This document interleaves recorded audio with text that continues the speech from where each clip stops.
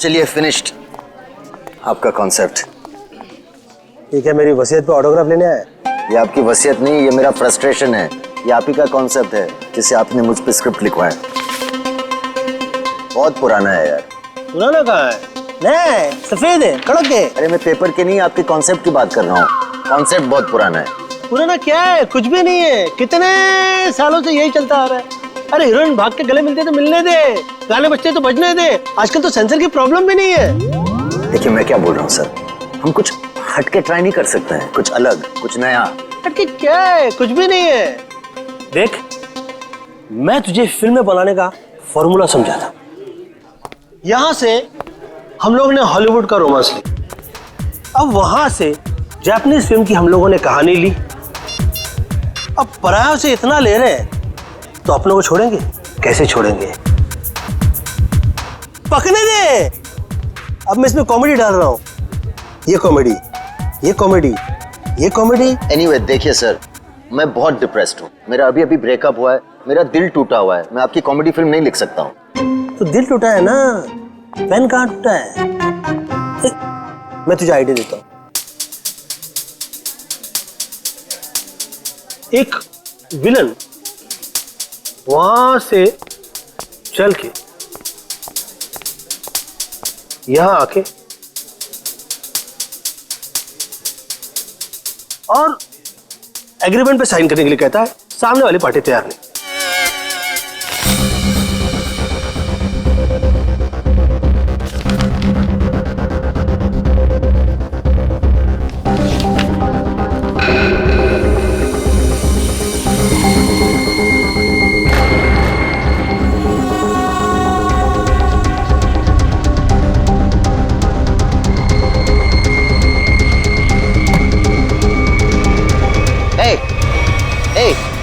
क्या डाला तुमने उसकी ग्लास में?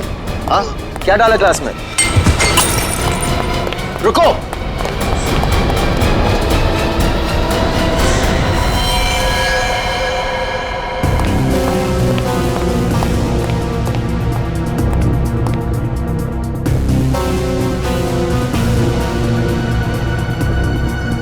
ये तो उस आदमी ने इसे मारा है। मैंने अपने आंखों से देखा। उसने इसके ग्लास में जहर डाला था। तो क्या करे? निकले? ऐसी सिचुएशन में सब एक ही काम करते हैं, सीआईडी को बुलाते हैं।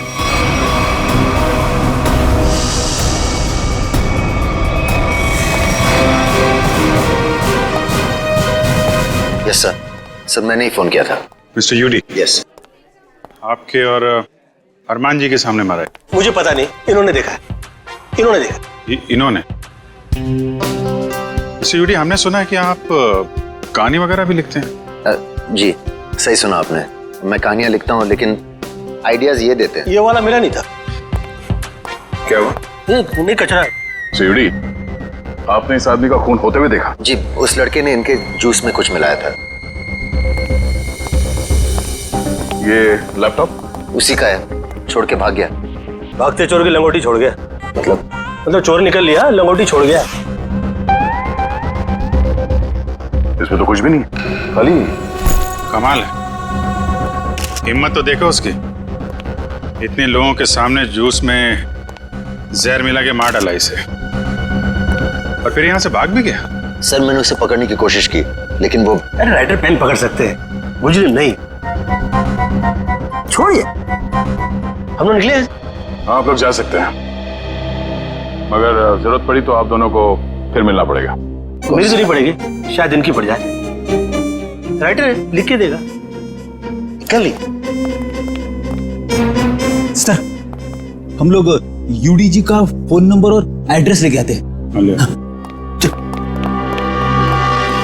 अरमान जी, अरमान जी, हाँ, अरमान जी, आप तो रियल लाइफ में भी स्टार है। Thank you. मैं आपका बहुत बड़ा दीवाना हूँ। वो तो आपकी एज से नजर आ रहा है। मैं बचपन से आपकी फिल्में देखते आ रहा हूँ। तो फिल्में डिस्कस कीजिए ना, एज क्यों डिस्कस करना है? कितने बढ़िया डांस करते हैं आप। Thank you so much. देखिए यहाँ पे कोई मर गया है और आपको इनकी डांस की पड़ी हुई है। अब अरमान जी, ये कौन है? इन्होंने मेरी फिल्म लिखी है, ये यूडी है। ओह, फिल्म आपने लिखी है? जी। Very good, very good. अरे फिल्मों में गाने वाने डाले हैं कि नहीं? Of course. मुझे बहुत सारे गाने चाहिए। सर का डांस हमें बहुत पसंद है सर। हाँ, अरमान जी, अगर आपको क्राइम फिल्म में किसी जांबाज पुलिस ऑफिसर की जरूरत पड़ेगी ना तो मुझे बुला लेना। मुझे अच्छा डांस करना भी आता है। दिखाओ दिखाओ। नहीं, जो देखा ना वो काफी है।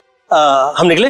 अरे कहाँ जा रहे हैं आप? अरमान जी, वैसे आप यहाँ क्यों आए थे? हम लोग की फिल्म हैप्पी एंडिंग के प्रमोशन के लिए आए थे, जो कि 21 नवंबर को रिलीज हो रही है।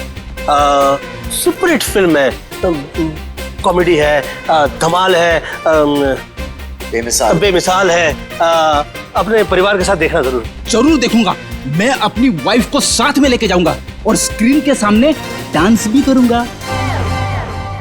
आप सीआईडी है ना? हाँ, आपको कोई शक है क्या? नहीं, हमारी तरफ से आप सबको शुक्रिया। आपकी वजह से हम सब सेफ हैं। वो तो है। निकले चले। अरे एक सेकंड जरा बताइए ना कि अगली बार आपसे कब मिलेंगे? 21 नवंबर को अपनी नजदीकी थिएटर में। आपका फोन नंबर और एड्रेस चाहिए था। This is my card. Best luck for your film. Thank you so much. Best luck sir. Thank you so much. कर लिए।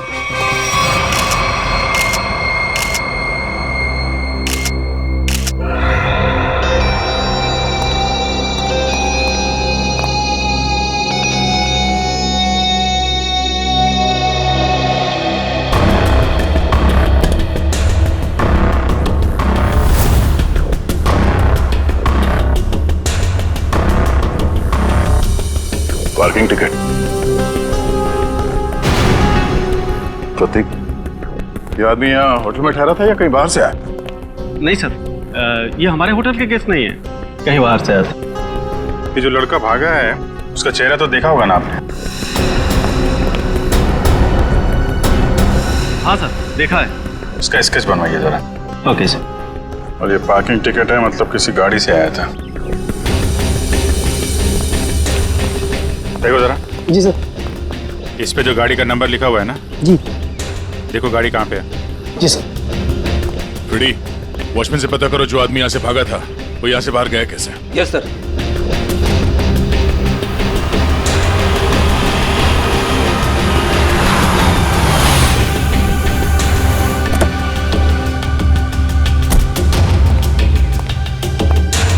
मिस्टर प्रतीक को तुम लाए थे? जी सर। कहाँ से आया था वो? होटल क्राउन रूट से। खार में है साहब। वो कहीं बाहर से आकर वहाँ रुके थे। सर, वॉचमैन ने बताया कि वो लड़का आया तो स्कूटर से था, मगर जाते समय बाउंड्री वॉल कूद के भाग गया। तब तो स्कूटर अभी भी यहीं पे होगा। देख, तुम सीसीटीवी फुटेज चेक कर लो, तब तक मैं होटल क्राउन रूट चेक कर लेता हूँ जहाँ पे प्रतीक ठहरा हुआ था। ठीक है। देखिए, हम लोग सीआईडी से। आपके ये गेस्ट मिस्टर प्रतीक, इनका किसी ने जहर देके खून कर दिया है। हे भगवान। मैडम, हमें आपके इस गेस्ट के बारे में वो सारी जानकारी चाहिए जो आप लोगों के पास है। सर, मिस्टर प्रतीक दिल्ली के रहने वाले हैं और यहाँ बिजनेस के सिलसिले में वो हमेशा आते जाते रहते हैं और वो जब भी आते हैं हमारे ही होटल में रुकते हैं। हमें मिस्टर प्रतीक का कमरा दिखाइए।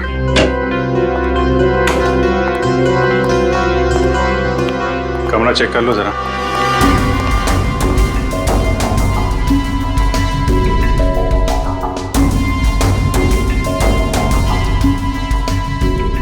काफी भारी है सर। ऐसा लग रहा है इससे प्रतीक जी पूरे 1 साल का कपड़ा पैक करके आते थे।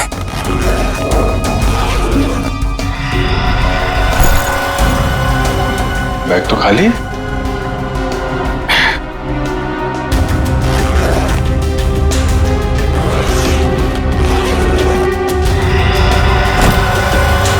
खाली बैग और बैग तो भारी है।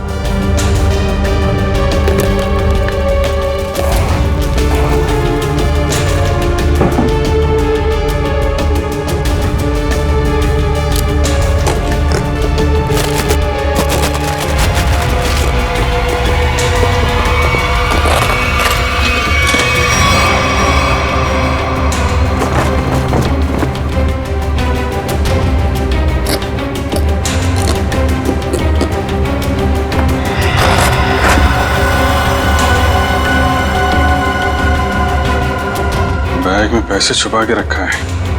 ये प्रतीक आदमी तो गड़बड़ है। कौन कौन आता था इससे मिलने के लिए? एक लड़की इनसे हमेशा मिलने के लिए आती थी और ये दोनों घंटों बैठकर बातें किया करते थे। प्रतीक जीतू से डांटा भी करते थे और वो लड़की कल भी इनसे मिलने के लिए आई थी। कौन है वो लड़की? सर, अवंतिका। अवंतिका?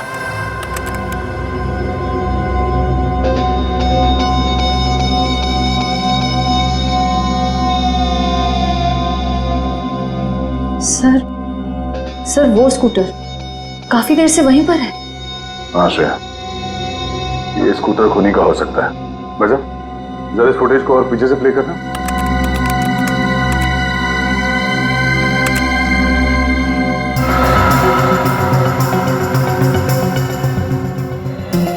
सर, यही वो आदमी। जरा पॉज करो।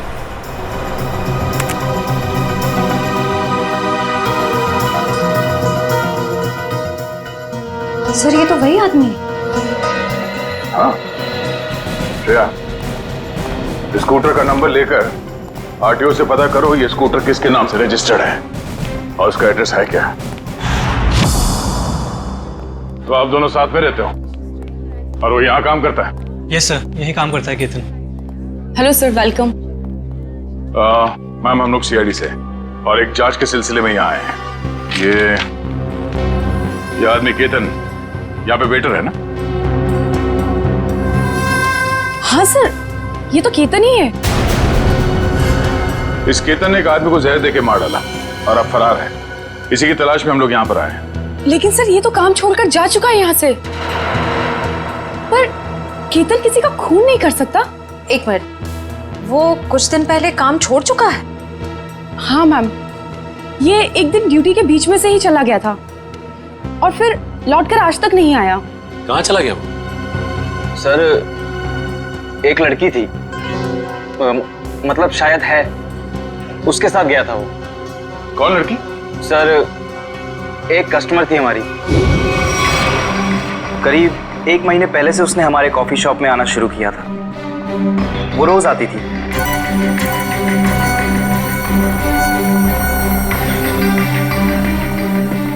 और उस कोने वाली टेबल पर जाकर बैठ जाती थी। उस टेबल पर केतन सर्विस देता था।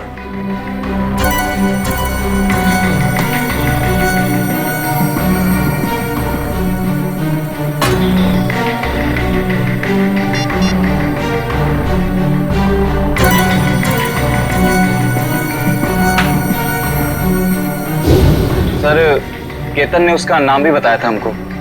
क्या नाम बताया था लड़की का? सर, अवंतिका। अवंतिका?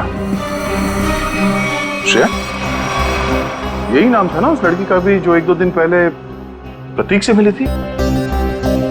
हाँ सर। फिर क्या हुआ?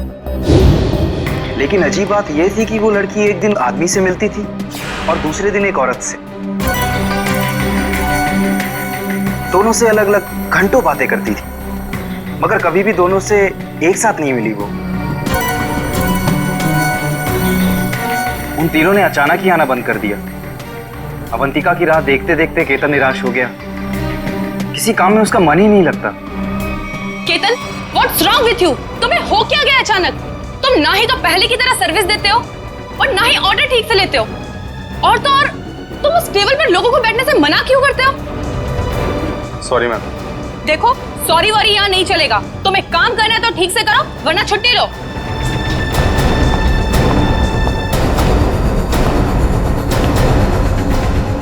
यार, अपने दिमाग से उसका ख्याल निकाल यार। अवंतिका ने वो टेबल खरीद नहीं लिया है, ना ही हमेशा के लिए रिजर्व किया है। यार, एक कस्टमर थी, अब नहीं है। बस नहीं यार, मैं उसे भूल नहीं पा रहा हूँ। उसने कुछ बताया भी नहीं और अचानक से गायब हो गई।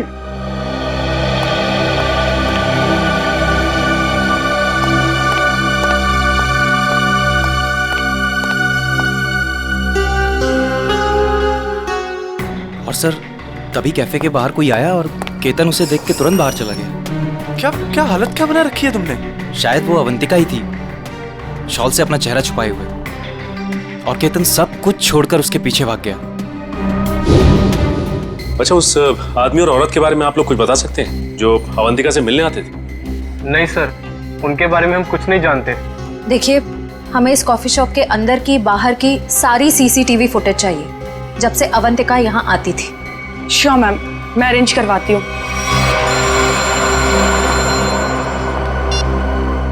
डॉक्टर साहब,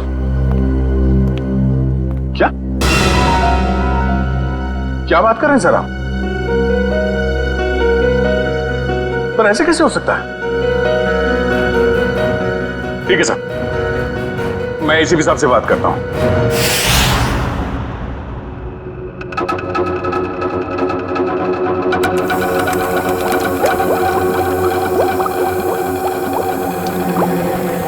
अरे आप ये क्या कह रहे हैं डॉक्टर साहब? हमारी जांच गलत दिशा में चल रही है। बिल्कुल गलत दिशा में चल रही है। आप लोगों का मानना है कि प्रतीक ने जूस पिया और मर गया। हाँ? वेल, जो देखा गया और जो सुना गया वो पूरा सच नहीं है। प्रतीक ने जो जूस पिया था उसका केमिकल टेस्ट करने के बाद हमें यह पता चला कि उसमें कोई जहर नहीं था, बल्कि एक ड्रग था। ड्रग? हाँ, लेकिन प्रतीक ने जूस पिया और जूस पीते ही मर गया ना वो। यही तो सबसे ज्यादा चौंकाने वाली बात है अभिजीत। इस ड्रग की वजह से किसी इंसान को कुछ वक्त के लिए पैरालिसिस तो हो सकता है, उसे लकवा तो मार सकता है, लेकिन कोई मर नहीं सकता है। तो फिर इसकी मौत हुई कैसे? अभिजीत, प्रतीक का खून प्रतीक के खून नहीं किया है। लो, फिर शुरू हो गए पहली पे पहली। अरे साफ साफ बताइए ना सर। साफ साफ बताता हूं, आओ मेरे साथ, आओ।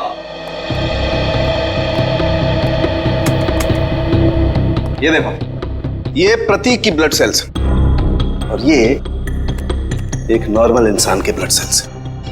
दोनों में फर्क है, और फर्क ये है कि प्रतीक को थैलेसीमिया है। थैलेसीमिया जो हीमोग्लोबिन की गड़बड़ी से होता है? बिल्कुल अभिजीत। और ऐसे रोगियों को जिंदगी भर किसी स्वस्थ इंसान की खून की जरूरत पड़ती है, और हाल ही में किए गए ऐसे ही किसी ब्लड ट्रांसफ्यूजन ने प्रतीक की जान दी।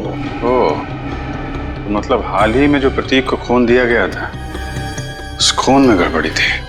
बिल्कुल, और इस खून में टॉक्सिन्स मिलाए गए थे। मतलब इस खून को जानबूझकर जहरीला बनाया गया था, जिससे इसकी मौत हो गई। प्रतीक के मरने की शुरुआत तो कुछ दिन पहले ही हो चुकी थी। केतन उसके जूस में कुछ डालता या नहीं डालता, इसकी मौत तो पक्की थी। सर, इसका मतलब खूनी केतन नहीं, कोई और है। हाँ, लेकिन केतन ने भी तो इसे पैरालाइज करने की कोशिश की थी। अब ये कौन है जिसने इसकी बीमारी का फायदा उठाया और इसकी जान ले ली? एक आदमी और दो दुश्मन। हाँ जी, मुझे 1 महीने के सारे कॉल रिकॉर्ड डिटेल्स चाहिए, और खास करके 24 घंटे के।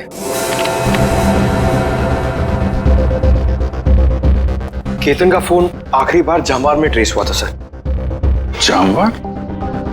तो ये केतन मुंबई से बाहर निकल चुका है? हाँ सर, और सर उसके कॉल रिकॉर्ड्स सर ये देखिए। सबसे पहले उसने अपने कॉफी शॉप वाले दोस्त ऋषभ को फोन किया, उसके बाद अवंतिका को, मगर अवंतिका का फोन ऑफ आ रहा था। और फिर सर उसने महाराष्ट्र के जामवार में किसी मनन को फोन किया।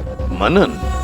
अभिजीत, मतलब इस केतन को जामवार से उठाना पड़ेगा, वही बताएगा अवंतिका कहाँ छुप कर बैठी है। और फिर ये भी पता लगाना चाहिए इन दोनों का क्या संबंध है उस कॉफी शॉप वाले औरत और आदमी के साथ। हाँ। सर, अवंतिका का तो पता नहीं, लेकिन हम उस आदमी और उस औरत तक पहुंच सकते हैं जिनसे वो कॉफी शॉप में अलग अलग मिलती थी। ये देखिए सर।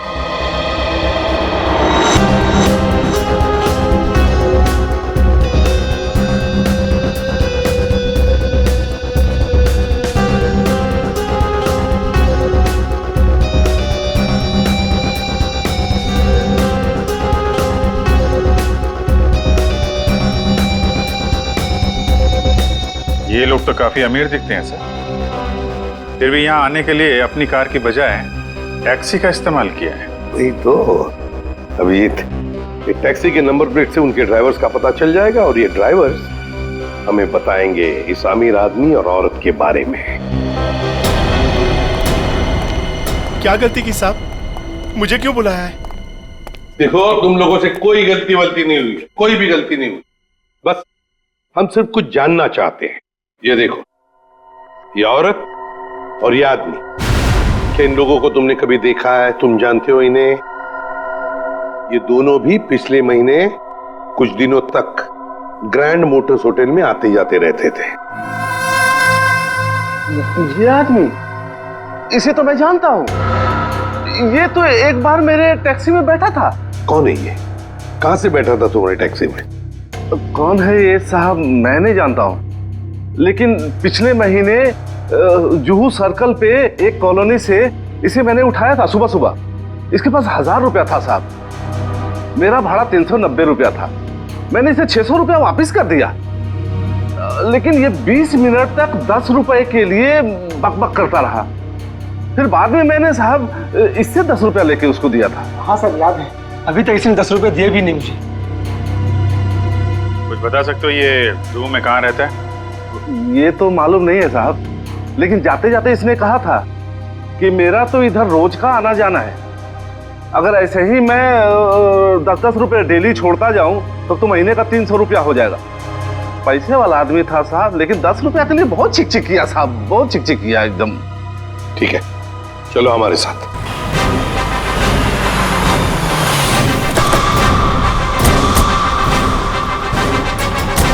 कहाँ पे?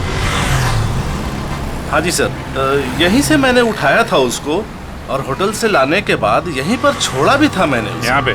जी। यहीं आसपास कहीं रहता होगा। आसपास चेक करो, पूछो लोगों से।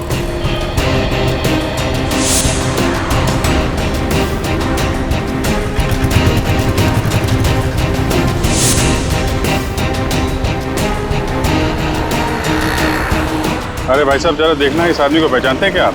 अरे साहब, अभी हमें 5 गाड़ियां और धोना है, मेरे पास बिल्कुल टाइम नहीं है। अरे यार, थोड़ा टाइम निकालो ना काम से, लोगों की मदद भी क्या करो भाई। ठीक है साहब, लाइए दिखाइए फोटो। ये देख। अरे ये तो अपने निरंजन साहब हैं। निरंजन साहब? हाँ साहब, ये यहीं तो रहते हैं, वो सामने वाले दूसरे बंगले में, बंगला नंबर 707। और हाँ साहब, इनकी तीनों गाड़ियां रोजाना मैं ही धोता हूँ। अच्छा, थैंक यू वेरी मच। 707 ना? जी हाँ, 707। Thank you.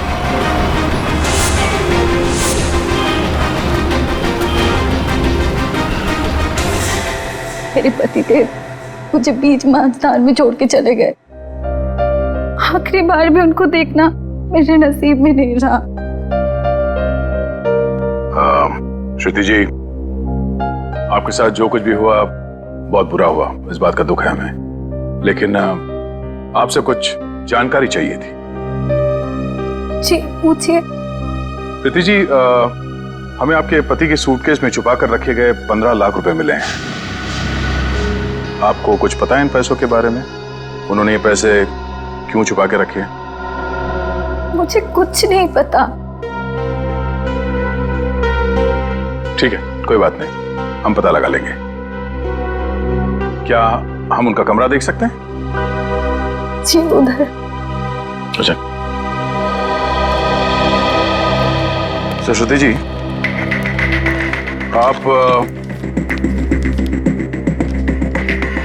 इन दोनों में से किसी को पहचानती हैं? जी नहीं।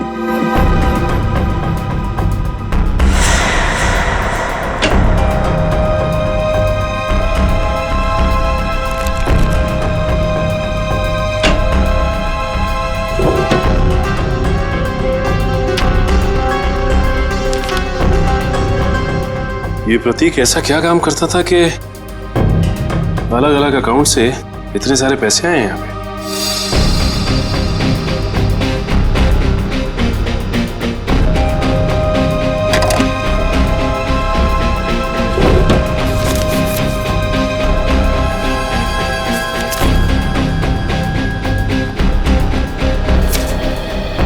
सीढ़ी।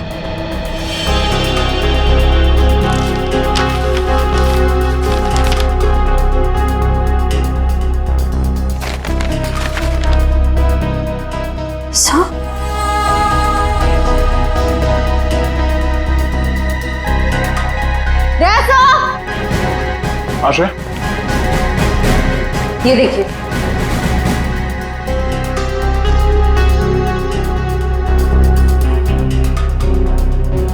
बच्चों की तस्वीरें, पैसों के आंकड़े। प्रतीक करता क्या था? सचिन एक काम करो, ये सब मुंबई भेज दो ब्यूरो में। श्रुति जी, आपसे एक और सवाल करनी थी। क्या आपको ये बात मालूम थी कि आपके पति को थैलेसीमिया नाम की बीमारी थी? जी हाँ। और इस बीमारी के पेशेंट को कुछ दिनों में अपना खून बदलना पड़ता है। तो आखिरी बार आपके पति ने कौन से हॉस्पिटल में अपना खून बदला था? यही दिल्ली में सिटी हॉस्पिटल। ओह, सिटी हॉस्पिटल। मिस्टर निरंजन, आप ये पूछें कि हम लोग कौन हैं और यहाँ किस लिए आए हैं, तो आपको बता दें कि हम लोग सीआईडी से हैं और आपसे कुछ पूछताछ करने आए हैं। सीआईडी? लेकिन मुझसे क्या जाना है आपको? कौन है निरंजन? विशाखा, ये लोग सीआईडी से हैं और लगता है हमारे बारे में काफी कुछ जानते हैं। जी हाँ, और अब ये जानना चाहते हैं कि ग्रैंड मोटर्स के कॉफी शॉप में आप दोनों अवंतिका से मिलने अलग अलग जाते थे और यहाँ एक साथ दिख रहे हैं, क्या मज रहा है? माफ कीजिएगा सर, लेकिन हम बाहर किसी से अलग अलग मिल लिए तो उसमें ऐसा कौन सा पहाड़ टूट गया कि सीआईडी हमारे घर तक पहुंच गई? किसी से नहीं, अवंतिका से। हमें शक है कि दिल्ली के एक बिजनेसमैन मिस्टर प्रतीक के खून में उसका हाथ है। नहीं नहीं, अवंतिका कभी ऐसा नहीं कर सकती। बहुत विश्वास है आपको अवंतिका पे? आखिर वो हमारी बेटी है। आप दोनों पति पत्नी हैं? जी, वो दरअसल मेरी और निरंजन की अनबन होने के बाद हम दोनों अलग रहने लगे थे, तो अवंतिका हमें साथ लाने के लिए ही कॉफी शॉप में लेके आती थी। अभी कहाँ है अवंतिका? जी, वो घर पर ही है, लेकिन आप लोगों की कुछ मदद नहीं कर सकती।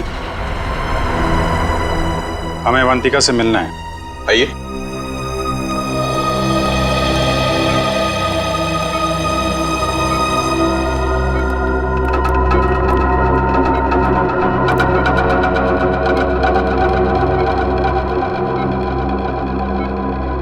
क्या हुआ इसे? सीढ़ियों से गिर गई थी, सिर में चोट लगी है, तब से कोमा में है। डॉक्टर्स ने कहा है कि कुछ महीनों में इसे होश आ जाएगा, इसीलिए इसे हम घर ले आए और घर से ही सारा ट्रीटमेंट चला रहे हैं। नर्स मिशा इसकी देखभाल के लिए पूरे दिन घर पर ही रहती है। मिशा, कैसी हालत है अवंतिका की? सर, अभी तो कुछ कह ही नहीं सकते कि इन्हें कब होश आएगा। अब तो अवंतिका में सिर्फ जान बची है, मगर शरीर और दिमाग पूरी तरह नाकाम है। अब इस केतन को ढूंढना ही पड़ेगा।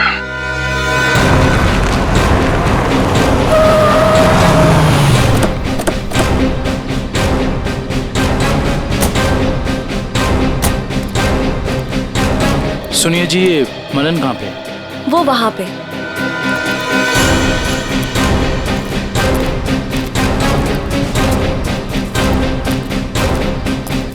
ये मनन। हाँ जी, आप कौन? जरा केतन को बुलाओ, उससे मिलना है। कौन केतन? यहाँ कोई केतन नहीं रहता। देखो, केतन ने तुम्हें आखिरी फोन किया था, इसलिए तुम्हारे तक पहुंचे। अब अगर झूठ बोलोगे तो तुम्हें भी साथ में ले जाएंगे। कहाँ ले जाएंगे? वहीं जहाँ बिगड़े हुए लोग ठीक किए जाते हैं, मुजरिमों की मरम्मत की जाती है। अगर केतन यहाँ पे निकला तो उसको छुपाने के गुनाह में तुम्हारी भी मरम्मत हो जाएगी, समझे तुम? नहीं नहीं साहब, ऐसा मत कीजिए। वो अंदर छुपा है, उसके चक्कर में मैं नहीं फंसना चाहता।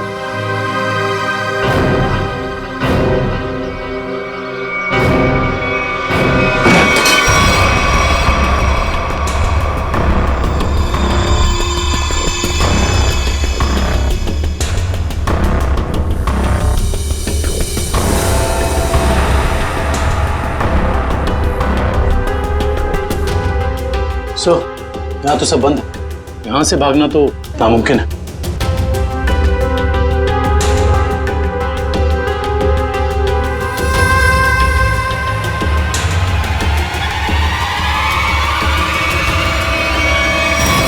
आ जाओ।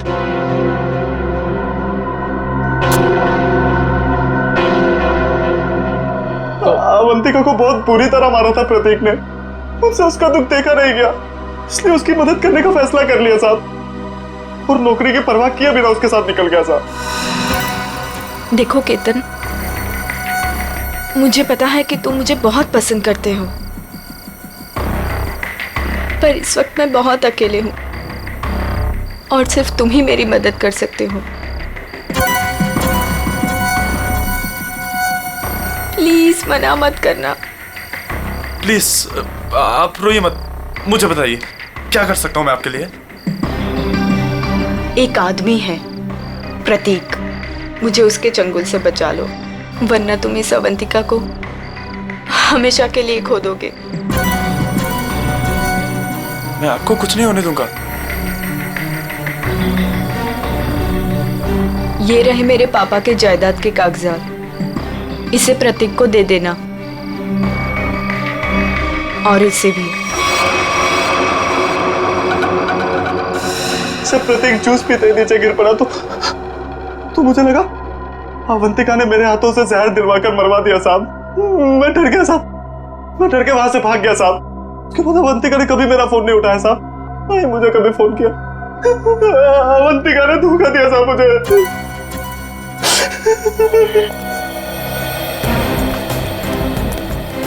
सर, ये प्रतीक आखिर अवंतिका से चाहता क्या था? ये तो तय है कि दोनों के संबंध ठीक नहीं थे, लेकिन असली कहानी क्या है ये तो अवंतिका के होश में आने के बाद ही पता चलेगा।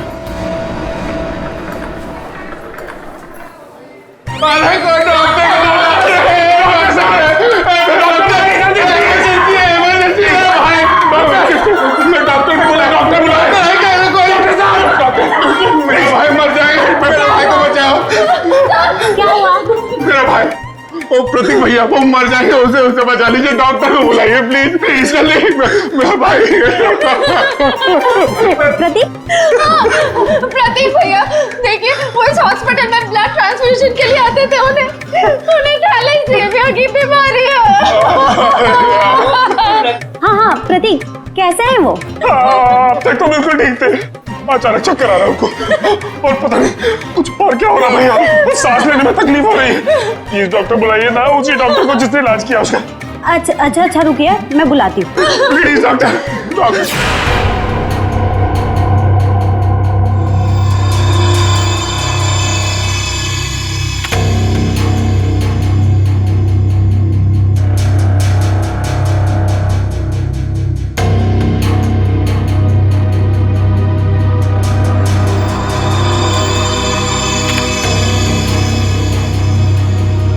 प्रतीक ने इन बच्चों की फोटो काफी संभाल के रखी थी।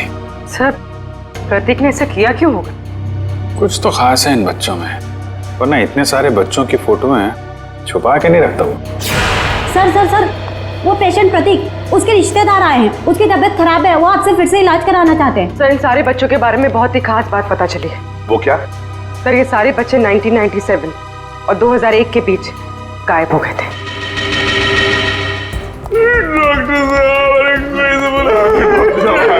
जी, कहाँ है प्रतीक? मैंने उसका इलाज किया था। अरे डॉक्टर साहब, आपने मेरे भैया प्रतीक का ब्लड ट्रांसफ्यूजन किया था? जी। अरे डॉक्टर साहब, मरीज है कहाँ? तो तूने मारा प्रतीक को?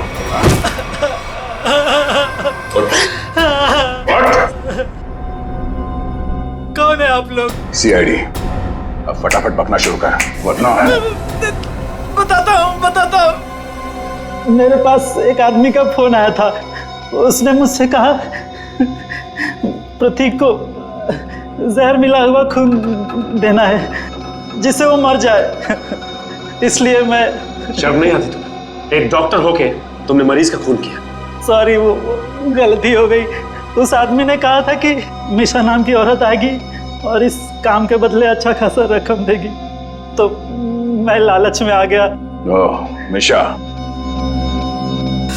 नर्स मिशा इसकी देखभाल के लिए पूरे दिन घर पर ही रहती है। ओह नो, ये मिशा अभी अवंतिका की देखभाल कर रही है। चलो।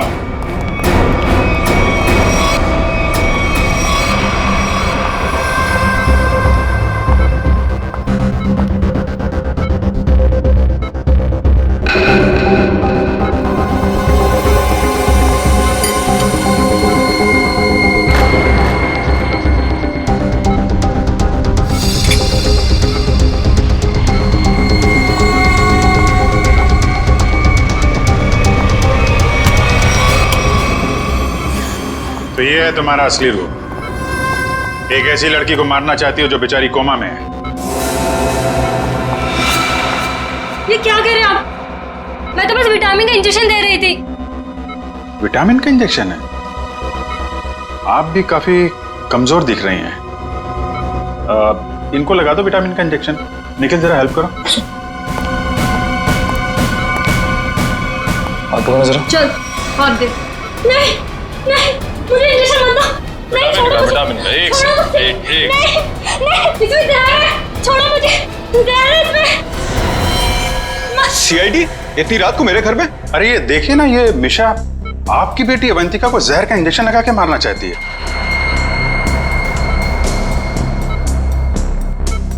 आपकी बेटी अवंतिका आपकी बेटी? सही कह रहा हूं ना मैं? क्या क्या मतलब है आपका? Thank you very much sir, ये तो कंफर्म हो गया। प्रतीक के घर से मिले डीवीडी में जो अमीर लोगों के नाम मिले थे वो खोए हुए बच्चों के पेरेंट्स ही हैं सर। और ये जो नाम के आगे करोड़ों के आंकड़े लिखे हैं ये उनकी संपत्ति के डिटेल्स हैं। तो फिर अभिजीत, ये प्रतीक इस लिस्ट को लेकर क्या कर रहा है? पूरी काम करो, पेरेंट्स की लिस्ट में से किसी भी एक पेरेंट को फोन लगा अभी। सर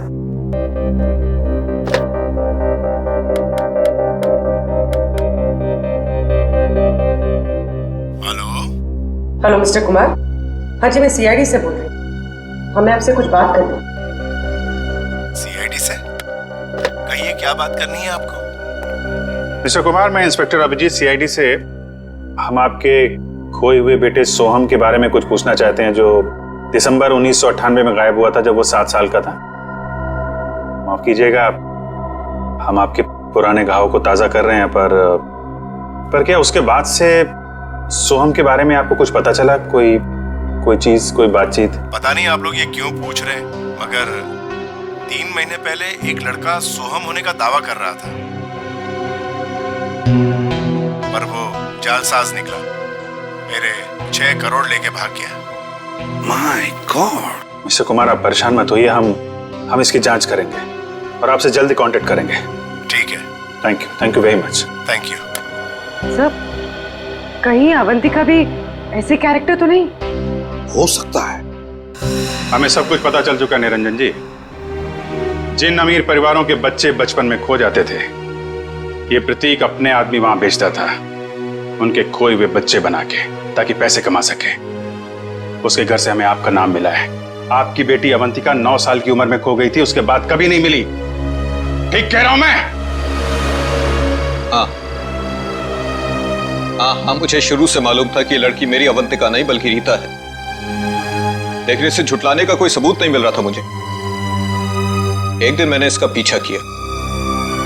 जब सच्चाई सामने आई तो मेरे पैरों तले से जमीन खिसक गई।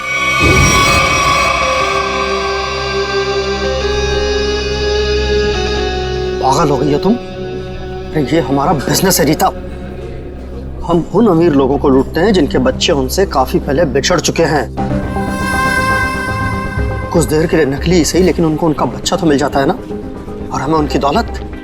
प्रतीक जी मुझे माफ कर दीजिए, मुझसे अब और ये नाटक नहीं होगा। कैसे नहीं हो सकता? 55 करोड़ रुपए का प्लान है। इस तरह अगर तुम बीच में छोड़ के चली गई तो अरे किए कराए तो पानी फिर जाएगा। समझने की कोशिश कीजिए प्रतीक जी, उस निरंजन को मुझ पर शक हो गया है, और इस तरह कब तक मैं उनकी बीवी विशाखा को बेवकूफ बनाती रहूंगी।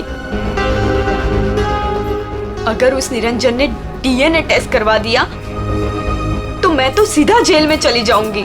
कुछ नहीं होगा, तुम बस निरंजन से पैसे निकलवाना शुरू तो करो। जैसे ही तुम सारे पैसे मेरे हवाले कर दोगी वैसे ही मैं तुम्हें आजाद कर दूंगा। प्रतीक जी मैं फंस जाऊंगी। मेरे अगले ट्रिप तक अगर तुमने मुझे 15 लाख रुपए निरंजन से लाकर नहीं दिए ना तो इस बार भी तुम मेरे हाथों बहुत बुरी तरह मार खाओगे, समझे तुम? मेरी भावनाओं के साथ खिलवाड़ किया था प्रतीक और रीता ने। मुझे लूटकर बर्बाद करना चाहते थे। मैंने इस ईशा की मदद से दिल्ली के उस डॉक्टर को खरीदा और प्रतीक को जहरीला खून चढ़वा दिया। और इस अवंतिका को खुद सीढ़ियों से धक्का दिया। वो मरी तो नहीं, लेकिन कोमा में चली गई। आपके साथ जो हुआ बहुत बुरा हुआ, लेकिन आप कानून की मदद लेने के बजाय खुद मुजरिम बन गए। अब आपको और इस मिशा को जेल जाना होगा, अपने गुनाहों की सजा भुगतने। इस तरह के और भी एपिसोड देखने के लिए हमारे चैनल को सब्सक्राइब करें और बेल आइकन दबाना ना भूलें।